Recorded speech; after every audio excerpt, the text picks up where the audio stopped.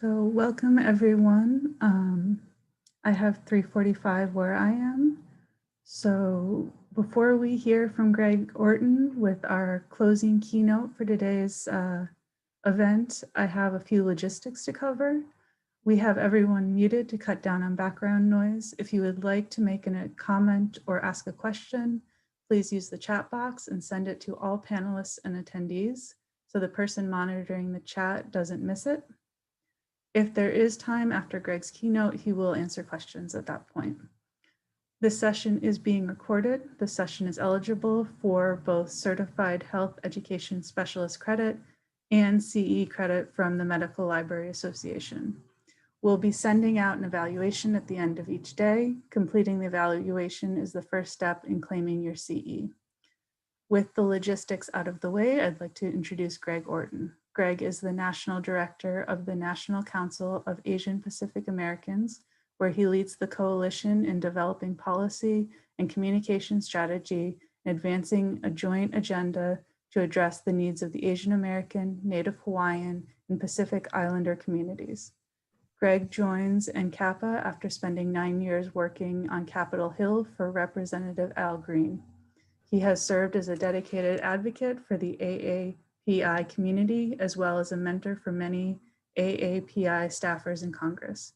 Gregg hails from Arcadia, California, and attended Vassar College, where he earned his BA in political science.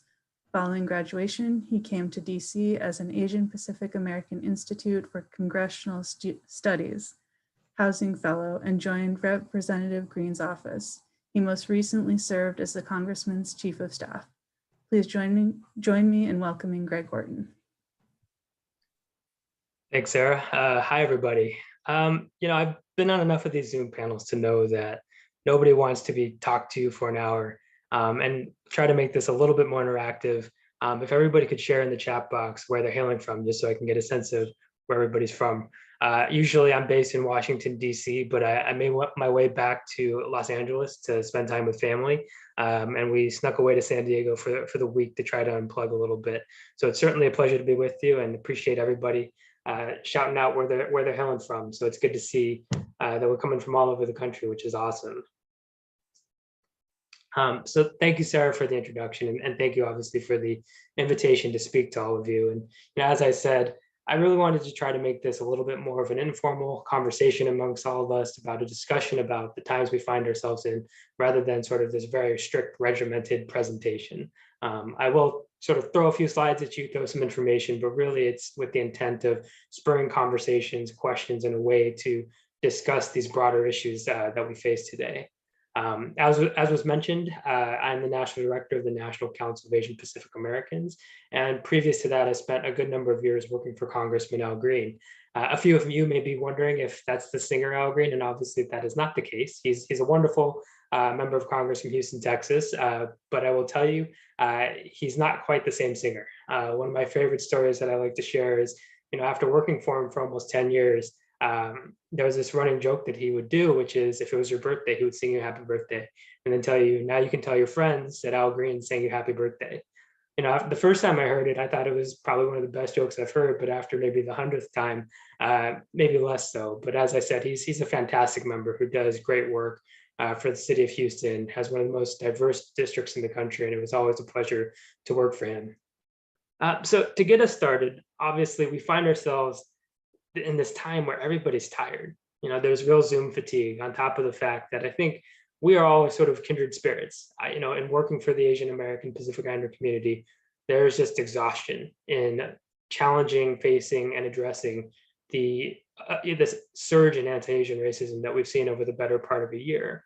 And I imagine for all of you in the public health space, especially on the research side, watching the national discourse around COVID-19 and how to be prepared and how to respond to it, I imagine there's some frustration in seeing just the vast amount of disinformation and misinformation that's out there.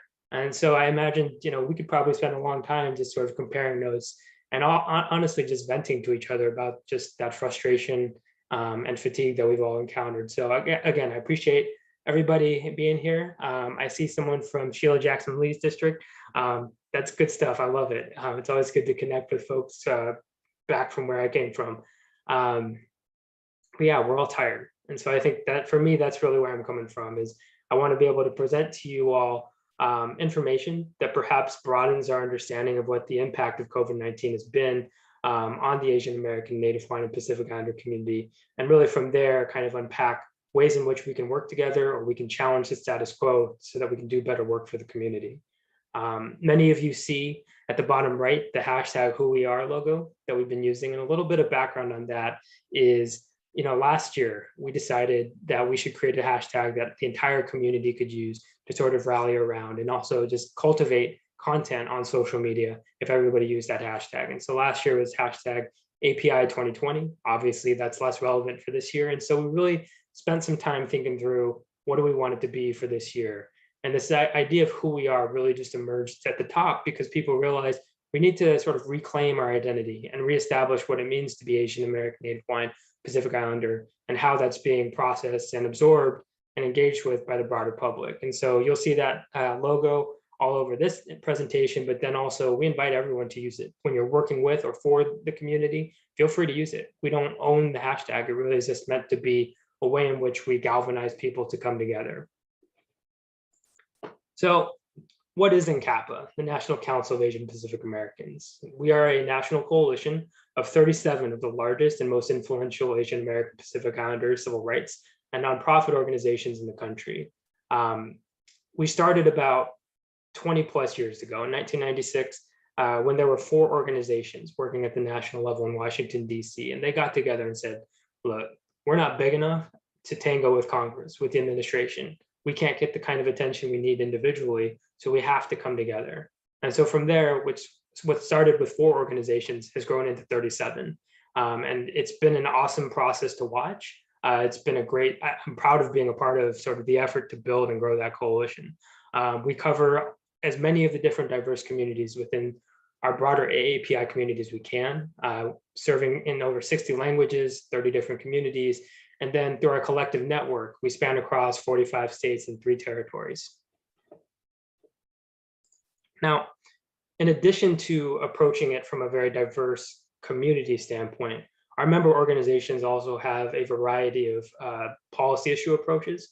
And so we're not just community-based, we're also issue-based. And so the coalition is structured into a number of different committees, 5 policy committees, including immigration, education, health, civil rights, housing, economic justice.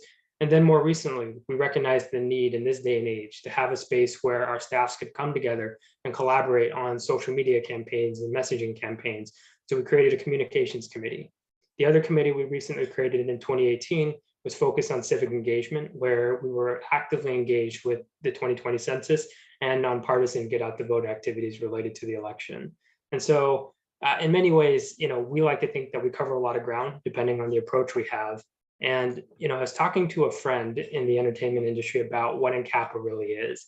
And he was like, oh, wow, you're kind of like the Avengers of the Asian American Pacific Islander community.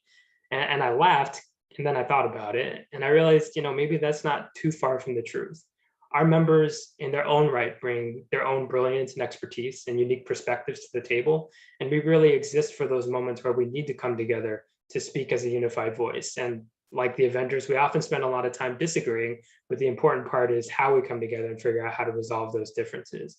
And so the image you see in front of you are all of our different members. And as you can see, we're diverse in the communities we come from and diverse in the work that we do. Here is the map of our network. And really, I just wanted to share this to show that our member organizations are coalitions themselves. And so NCAPA is a coalition of coalitions. And through our members' respective affiliates, chapters, partner organizations, this is what our national footprint can look like. And so the potential of creating a more unified AAPI movement is certainly there. And like I said, we're very proud of the fact that we've brought different communities and different organizations together to work on the challenges of our time. So the purpose of today is to talk about the AAPI experience in relation to COVID-19. And I don't think this topic needs any real introduction because we have seen sort of what has occurred over the last year across the country. Certainly what happened in Atlanta a few weeks ago and just the tragic events there. The statistic we put there is just to sort of illustrate how prevalent this thinking is around blaming the Chinese government for COVID-19. And what we have been telling decision makers, media, everyone we can reach is, while we certainly welcome a conversation about the geopolitical consequences of COVID-19 and the role governments had in protecting its people from the virus, it's also important to recognize that the rhetoric we use has stoked real xenophobia in America, and it has a meaningful impact and a real detrimental impact on our communities. Um, for me, having done this for so long, I've really struggled with, and I fully admit this, um, grappling with this reality of what we've seen occur and this narrative that we're always hearing about American exceptionalism. All throughout we're taught history, right? And we're told that America rises to the occasion and meets the challenges of its time. And I've just been shaking my head, and I imagine some of you as well. Just this can't be it, right? We can't have over 500,000 people die because of our inability to respond to a virus. We can't across the country see an uptick in racism and blaming an entire group of people for a virus that they had no control over, and a virus that doesn't discriminate against people. And so, I think in many ways that has provided perspective for me in this work, and really sort of reimagining what is possible, but also what needs to be done for this country. But also a recognition that this racism we're seeing against Asian Americans is not new. It has happened throughout our history. If you track history, you'll see all the different ways in which our communities have struggled with structural racism, starting with Chinese exclusion, Japanese internment, the Muslim ban, the response to the 9/11 attack. And then also more broadly speaking, in the context of this racism, it's important to recognize that many Pacific Islanders have been strong supporters of the community and speaking out against it, but they are quick to point out that the racism that many Asian Americans are experiencing are not impacting Pacific Islanders the same way. And so that the language we use, when we say AAPI, we need to be thoughtful about that and recognize that we're really talking about anti-Asian racism. Here are a few more stats. Many of you may have seen this through the great work of Stop AAPI Hate and Asian Americans Advancing Justice, AAJC. It really puts into context what all of us have seen on the news when we're doom scrolling on our phones too late at night, because I know we all do it. Again, these stats really kind of put real context to that. And again, speaking from my personal experience, interacting with a number of Asian American leaders across the country who are grappling with these incidents on the ground level, many of these meetings now have become simply healing spaces. It's supposed to be about talking about the work, but before we can even get to that work, there's real pain, right? There's real trauma, and there's the burden of carrying that, in addition to creating a space where your staff can work and thrive. And there's just real exhaustion. And so I was talking to a friend the other day, and they were telling me how they were out for a walk with their kid, pushing a stroller, and a man who was running stopped their run, walked over to them, and just screamed at them to go back to their country. And I think many of us have probably heard similar stories or had friends who have been impacted by this, but it hits differently when it starts getting that close to home. I know for myself, walking out, getting groceries, even going on a walk with family. There's a different level of awareness that has sort of been built over the last year of just wondering, okay, if I run into someone and something happens, what am I going to do? I think there's also a way in which we've recoded our brains, right? If we see someone without a mask, what assumptions do we start to make about them and their willingness to potentially, say something or attack or just confront?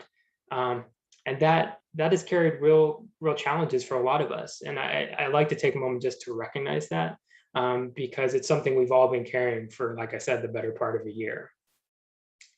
I was also talking to another friend in New York, and they were just telling me how in the city, people are afraid to take public transportation because they don't know what they're going to encounter on the subway.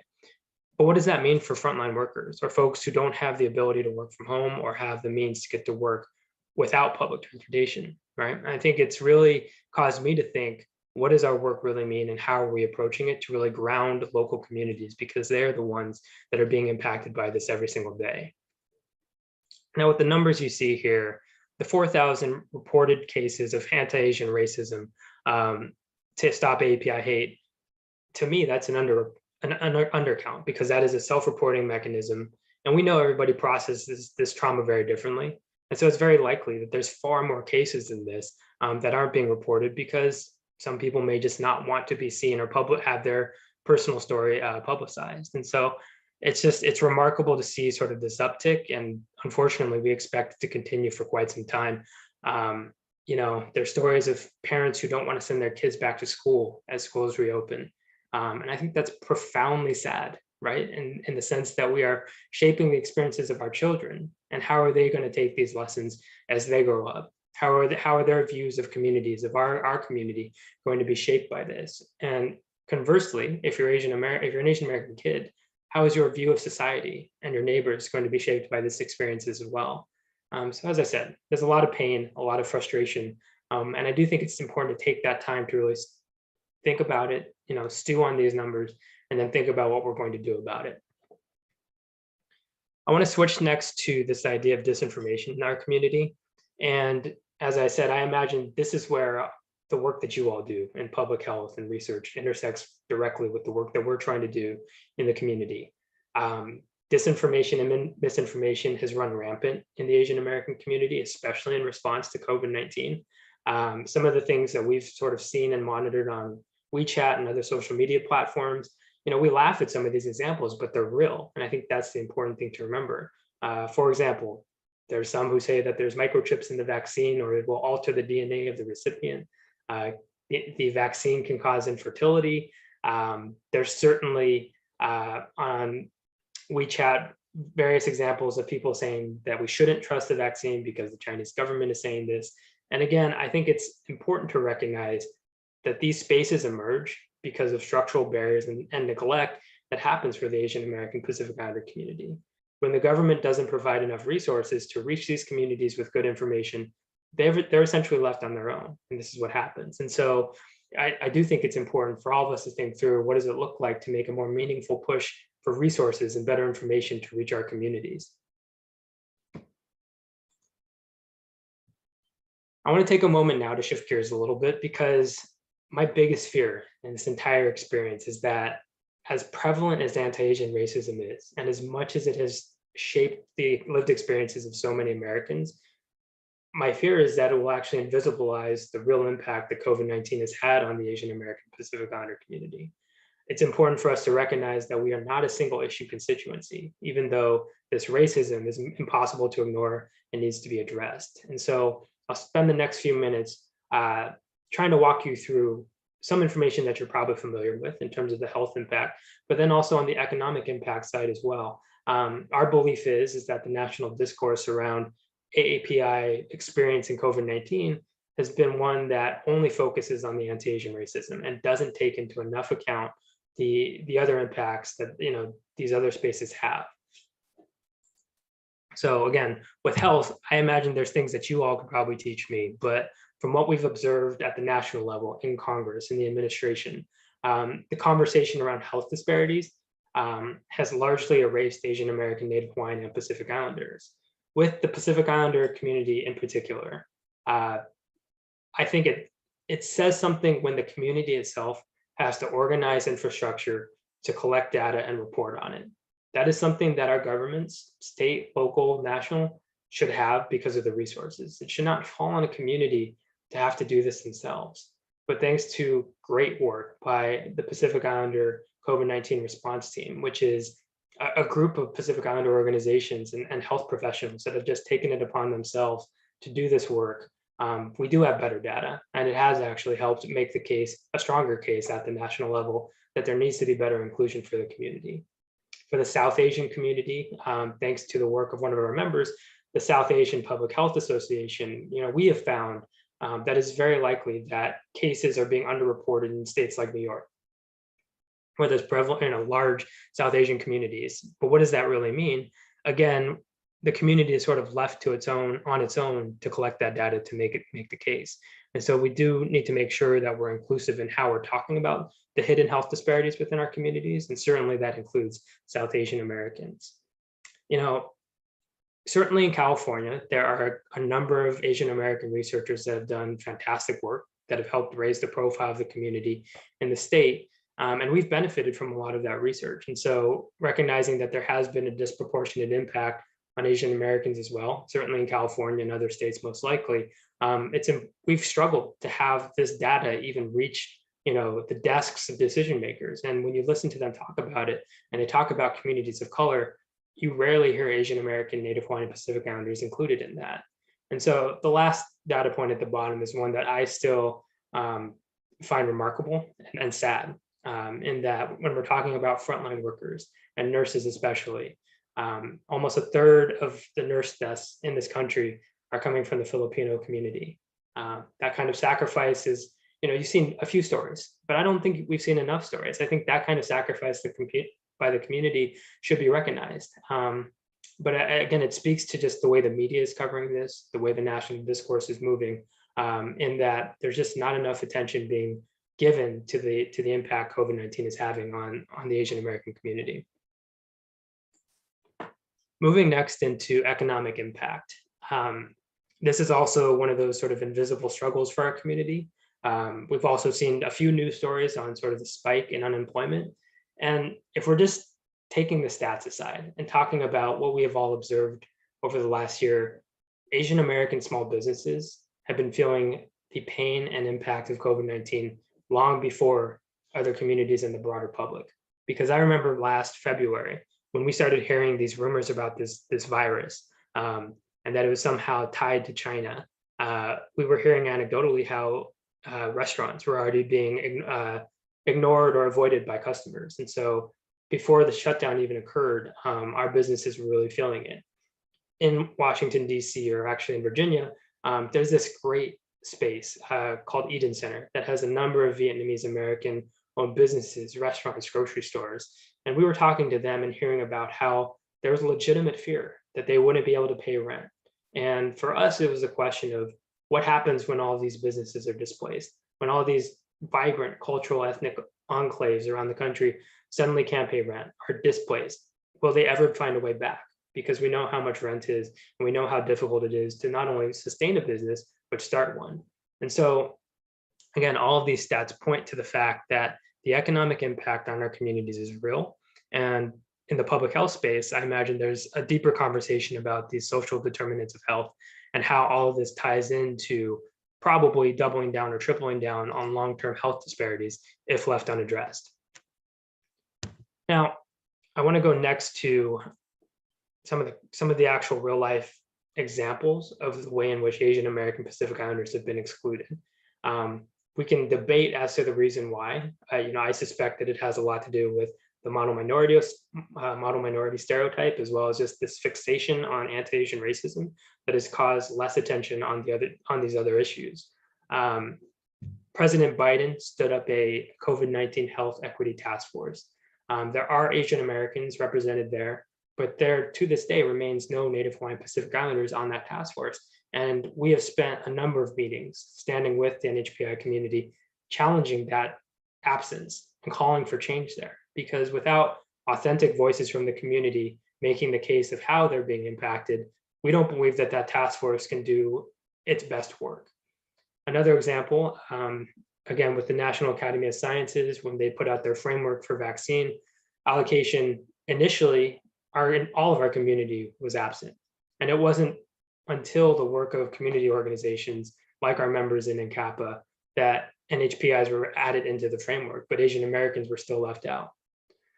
With the PPP program, in the initial rollout of the program, it was almost impossible for Asian American Pacific Islander businesses to receive a PPP loan because of, again, the way it was structurally set up. You need an existing banking relationship to gain access to this program. Well, many Asian American owned small businesses don't have access to the banking system. They're cash run, or there's a language barrier that exists. And so again, unless we address this real issue, unless we find allies who are willing to help on the research side and raise up visibility for our communities, we fully expect policy solutions that are designed to help everybody actually end up excluding Asian American Pacific Islanders. So the last portion of this presentation, I want to spend some time talking through what you all can do. And I actually think that you all have you're uniquely positioned to help drive this conversation further than many others because of your research background, because of the fact that you are committed to truth and driving real information out to the community. And so I want to start with 3 examples of what you can do. And it starts with really understanding who the Asian American, Native Hawaiian, Pacific Islander community really is, right? It is, I think far too often when you hear AAPI, there's an assumption that it's people who look like me, right? People who are East Asian. And that is incredibly damaging when we don't take a full view of who our community is, recognizing that there are South Asians, Southeast Asians, Native Hawaiian and Pacific Islanders that make up this broader community, and they need to be included. And for far too long, historically speaking, they have been excluded. And so we are one of the fastest growing demographic groups in the country. Our buying power is massive. We continue to grow, but also we're largely foreign born, right? In many cases, last year's census might have been the first census that many Asian Americans participated in. And so there needs to be a grounding of an understanding of who the community really is in order to do the work, to do the research that is inclusive, and ultimately do the advocacy that's needed to sort of advance the cause for the community as well. This next slide shows the top 10 states with the highest AAPI populations. And when I talk to corporate entities, certainly there's been a number of sort of stepped up in the philanthropic space. We encourage them to recognize where our communities actually are, and to invest in those actual local communities. For us, it's important, again, and I've said before, the work that's being done needs to happen at the national level, the state and local level. But if you're talking about where impact is really occurring, where organizations are under-resourced, trying to figure out ways to galvanize a community to come together, that's happening at the local level. And so I highly encourage everyone to sort of take this map, take it to heart, and think through what its implications are for research and other work that you all do. The other piece that I'd like to sort of offer as a point of discussion is what actually can be done by all of you. And again, in this research space, I think explicitly questions should be asked. When you're talking about communities of color, ask, are there APIs included? Are the Pacific Islanders included? Are Native Hawaiians included? Are we growing beyond that assumption that East Asians make up all APIs, right? I really think it's incumbent on all of us to challenge that inequity whenever we see it, challenge the assumption of the model minority stereotype, because not all Asian American Pacific Islanders are killing it, doing well, and don't need help. Quite the opposite, as we've just seen. And so I would just, honestly, I would challenge all of you to just take this to heart in the work that you do, connect with organizations like NCAPA and our members if there are questions, because I think in many ways we have watched time and time again where research comes out and we're not there. And we know, look, we know and we'll sympathize with the fact that oftentimes this kind of research is underfunded because the work that we do is underfunded. But until we have a breakthrough in the way data is collected and research is done in our communities, it will be increasingly challenging to convince decision makers that there is a real need for resources or that there's a real impact that's being ignored. Because at least most folks in Congress and the administration will ultimately respect data. Obviously, we can debate that as well. Maybe we've had a departure from that, and that's very unfortunate. But data-based policymaking is still going to be a bedrock, hopefully, over the next few years. And so we need help there. We truly do.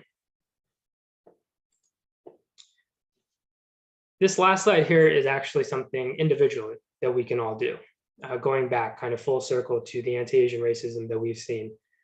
Bystander intervention is not learning self-defense so that you can physically defend someone who might be under attack.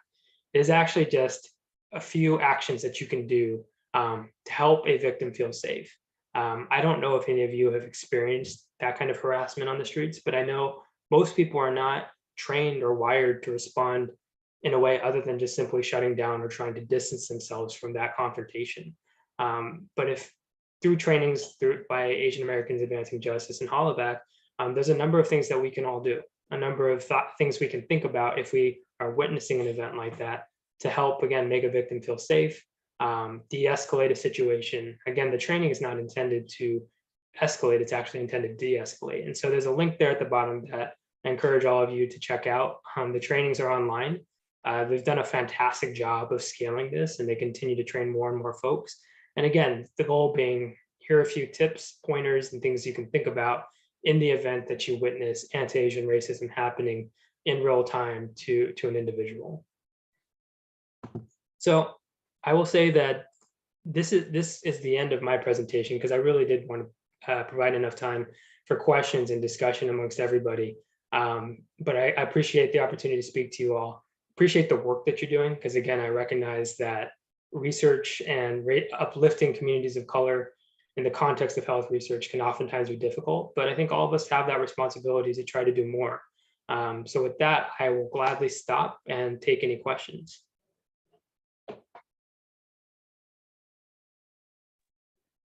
Great, thank you so much, Greg. So far, I see one question in the chat that you can start to answer as hopefully others will add more questions. So this one comes from Srijan. They ask, anti-Asian propaganda and rhetoric today takes place on social media and other web platforms.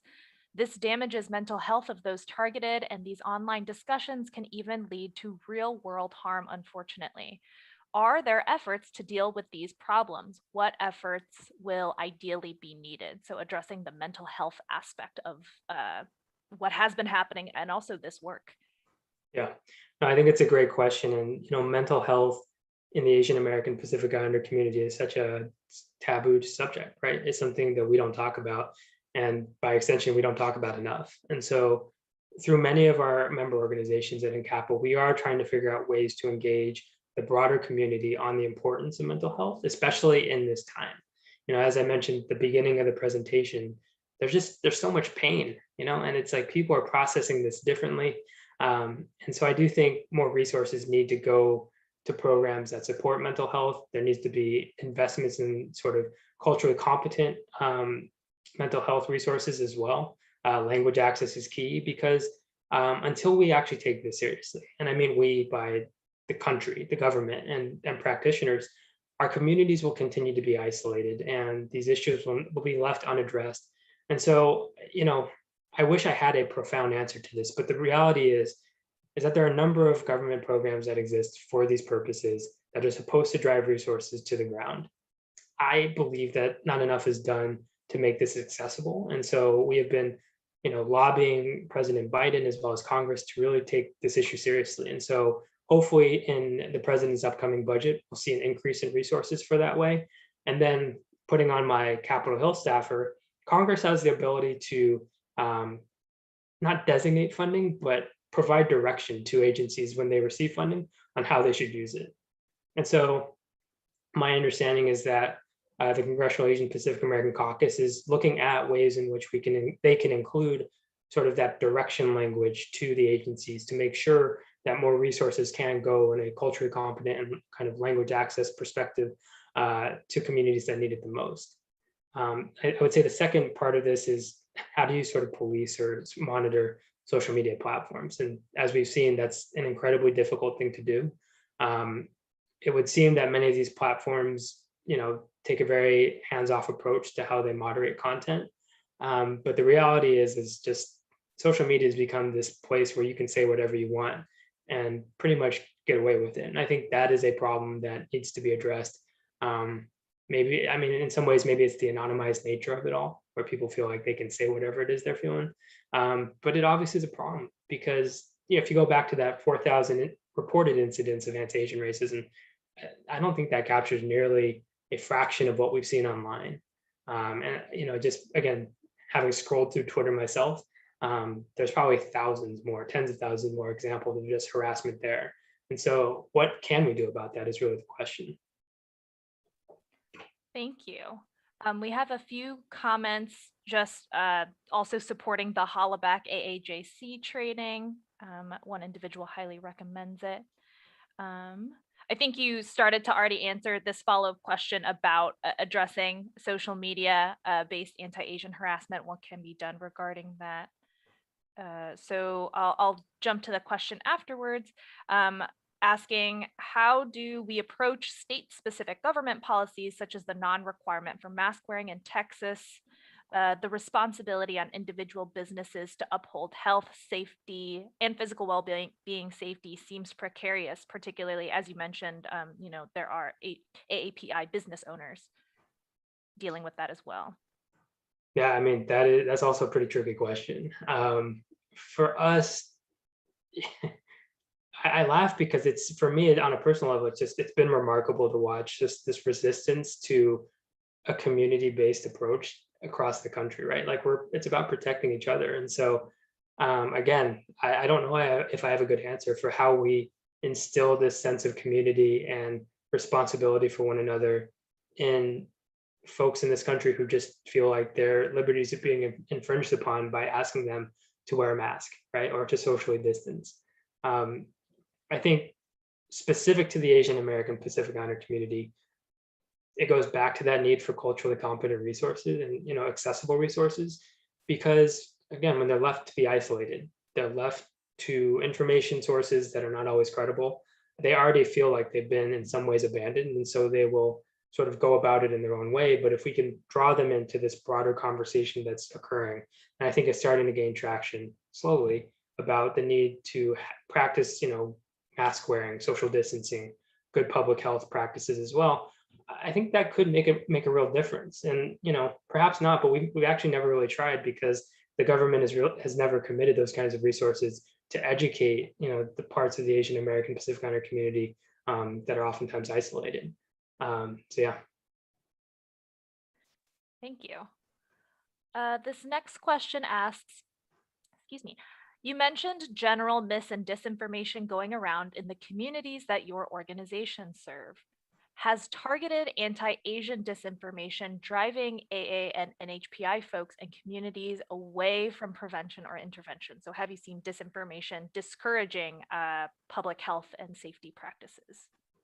We've seen, yeah, we've definitely seen some. I think there was some Vietnamese language graphics that had gone out on social media that was really discouraging use of the vaccine, because also if you had COVID, you were immune. And so this fear that the vaccine was basically going to harm you or harm your families really seemed to take hold. And I don't think it's specific to the Vietnamese community. That's just the one that I remember seeing.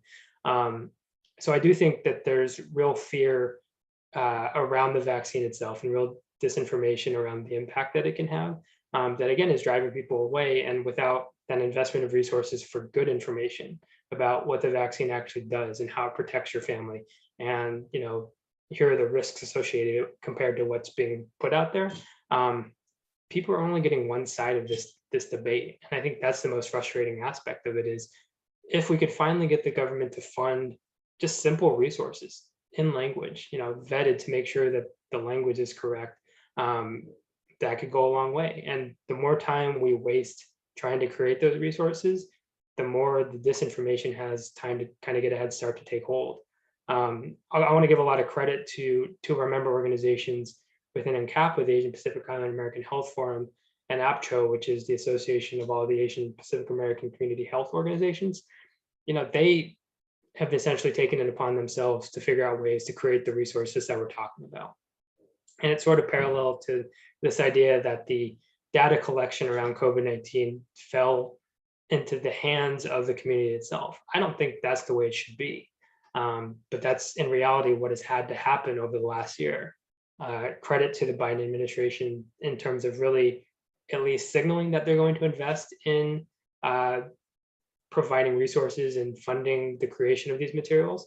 And our hope is that can get rolling fairly soon, because again, my biggest fear is just the more time we waste trying to get good information out to the community, just the more time this ridiculous disinformation has to make its rounds and embed itself into the minds of communities that need to be reached. Great point. Yes, time, resources, and action are critical. So the next question asks, as you've stated, Asian American and Pacific Islander encompasses a wide range of ethnicities and identities. How do we address racism and anti-Asian hate within our identity or community itself? Yeah, no, I love this question, and it is an existential question for our coalition, right? Because we take seriously the need to include all the different diverse communities within AAPI, if you will. But if we're being honest and we're being real, there's real intra-community racism that still exists. There's a lot of baggage there that needs to be unpacked.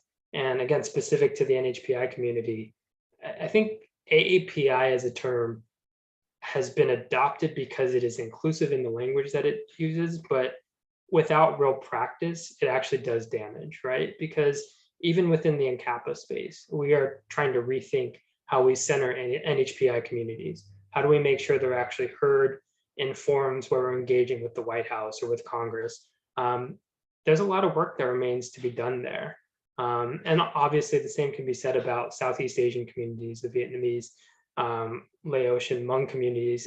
They're oftentimes kind of pushed to the second, to the back burner as well. And until we figure out a way to really address those inequities, I think the AAPI movement, if you will continue to struggle to find cohesiveness in the moments that we need it, such as right now. It has been pointed out to me that even using the term AAPI, there is a divide in the community. It doesn't specifically name Native Hawaiians, and they're very much a part of the community.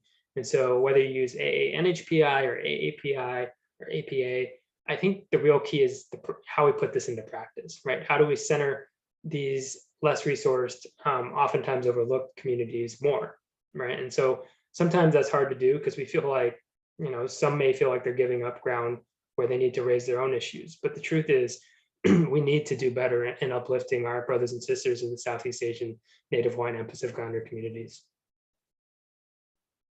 Thank you. This next question asks, is the community health worker model used among the AAPI communities broadly or specific community? Have you heard of this model being used in your work?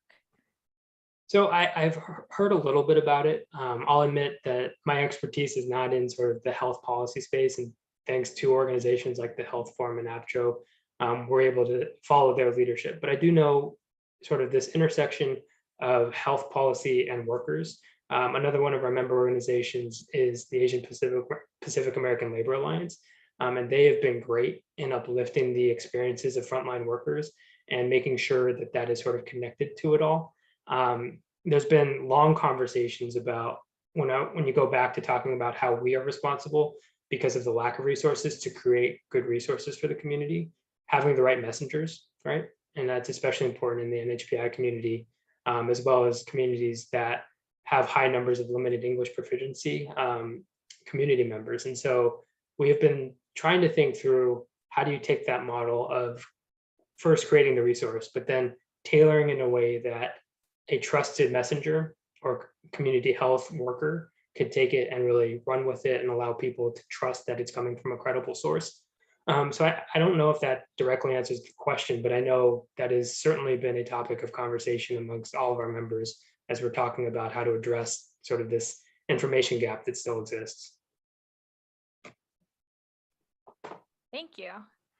All right, that was the last chat, or that was the last message in the chat so far. So I'll kind of give like another minute here to see if there are any last minute questions. So while folks get those in the chat, I had a question for you, Greg, just to ask, so what is kind of the next step for NCAPA right now? And I feel like a podcaster asking this. If people want to continue like hearing about what you've been working on, as well as the great work the coalition has been working on, what's the best way to kind of keep tabs on what you all have been doing, this incredible work? I mean, certainly you can sign up for our mailing list through our website. The work really boils down to how do we engage with the Biden administration? And I think in many ways, they're saying all the right things. They have signaled a real commitment to uplifting racial equity, which is, I mean, it's a breath of fresh air, right? But ultimately, time will tell sort of what that looks like in practice and execution by the government. I think we want to be fair to the president and his administration, recognizing just the scope of the challenge that they've inherited. But in relation to our community, it is important to make sure that, these erasures or the absence of our communities in these sort of advisory spaces or in how we engage with the president and different agencies has to be addressed, right? And at least for NCAPA, there's been ongoing communication with different federal agencies as well as the White House. And so we look forward to continuing that with President Biden, pushing him to make sure that they're really thinking through how to engage with our diverse communities.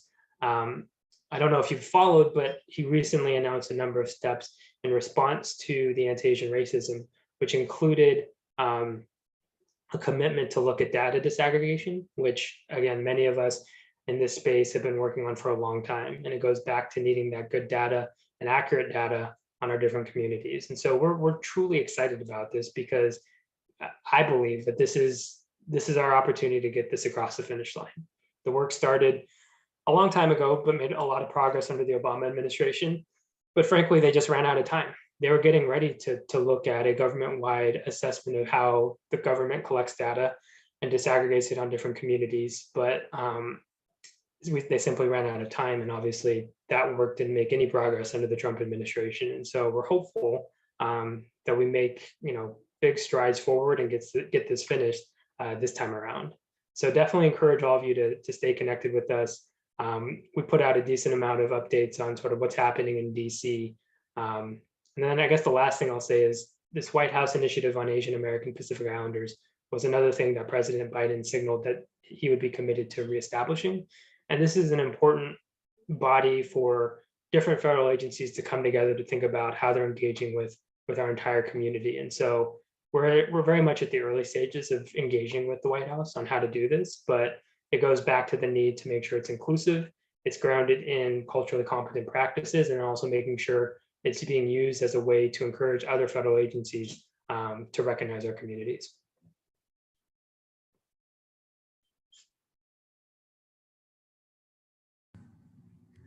So thank you, Greg. There were no more questions in the chat. If you have any final thoughts, otherwise we'll wind it up. I'd just like to say thank you again to everybody. It was a pleasure spending some time with you. And like I said, I'm happy to give time back. Hopefully everybody has a chance to rest and recuperate and spend time with their families because it's a challenging time. And I hope everybody's hanging in there. So thank you. So a virtual round of applause. Thank you, Greg, for being with us today. And thank you all of you for being with us today. We have Martha Meacham is going to give some closing thoughts, and hopefully we'll see everybody or most everybody tomorrow. So hi, I'm Martha Meacham. I'm the project director for the network of the National Library of Medicine. And first, I would like to thank all of the attendees here today. It's been wonderful to see so many people and such great enthusiasm and participation.